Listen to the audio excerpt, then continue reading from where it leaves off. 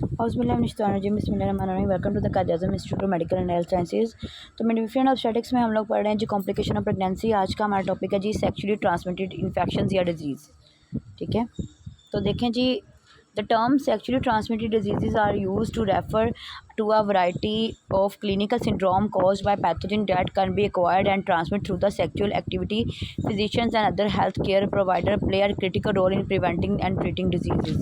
STDs, उन्होंने बोला है कि STDs का मतलब होता है वो बीमारियां जो कि सेक्चुअली ट्रांसमिटेड डिजीज़ या उस रूट से जो है ना पैथोजेंस जाते हैं।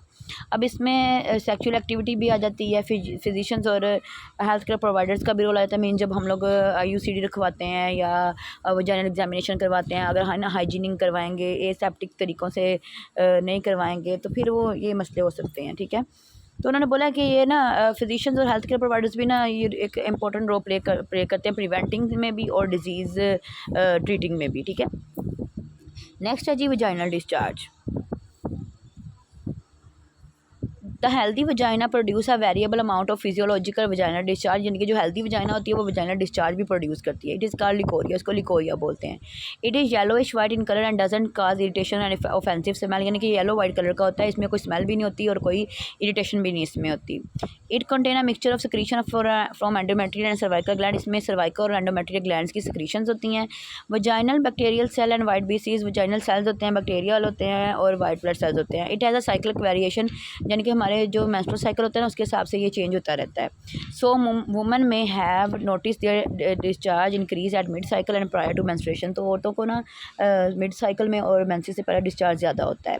It may increase in pregnancy and in women who are using OCOC pills, hyperplasia of endocervical gland. उन्होंने बोला है कि जिनको प्रेगनेंसी होती है उनमें ना ज़्यादा होता है डिस्चार्ज, और जो ये पिल्स यूज़ करती हैं ना COC कंबाइंड और कॉन्ट्रासेप्टिव पिल्स यूज़ करती हैं उनमें भी ज़्यादा होता है, क्योंकि एंडोमेट्रियल और सर्वाइकल ग्लैंड्स ना ज़्यादा मतलब उनका हाइपरप्लेजिया उनकी ज़्यादा हो जाती है, उसकी क्वांटिटी ज़्यादा हो जाती है।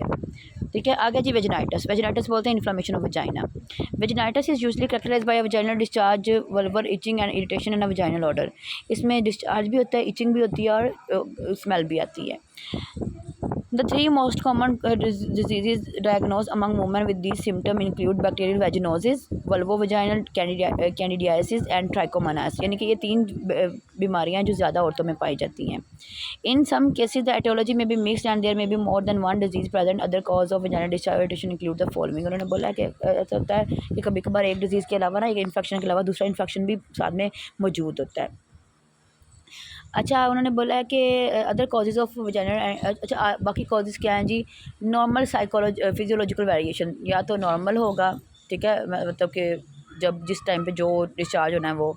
Allergic reaction example given spermicide deodorant, यानी कि किसी स्पर्मिसाइड का एलर्जिक रिएक्शन हो गया है। हर्पेक्स सिम्प्लेक्स वायरस है।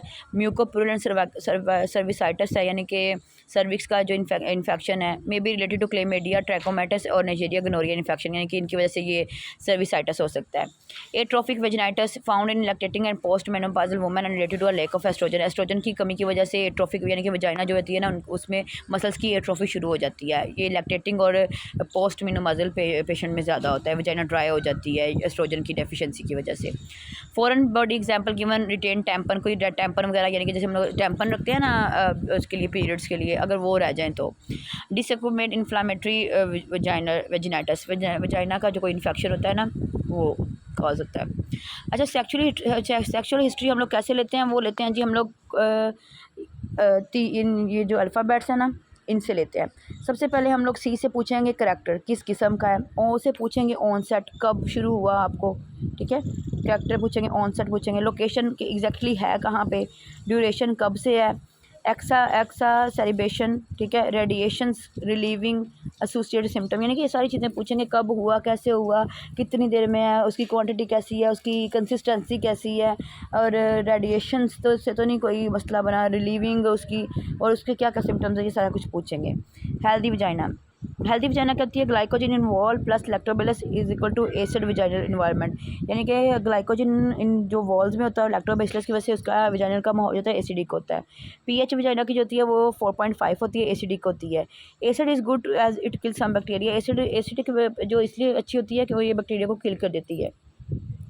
ठीक है। अगर नॉर्मल वजाइनल डिस्चार्ज उन्होंने बोला क्लियर वाइट कलर का होता है, scant to moderate in amount होता है, यानी कम होता है या थोड़ा दरमियाना किस्म का होता है, और इसकी पीएच जो होती है 4.5 से कम होती है।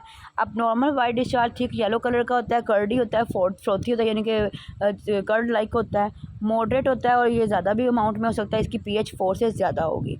गनोरिया गनोरिया एसटीआई है, यानी कि ये सेक्सुअली ट्रांसमिटेड इन्फेक्शन है, कॉज बाय डिप्लोगोनोकोकाई, यानी कि इस बैक्टीरिया की वजह से होता है।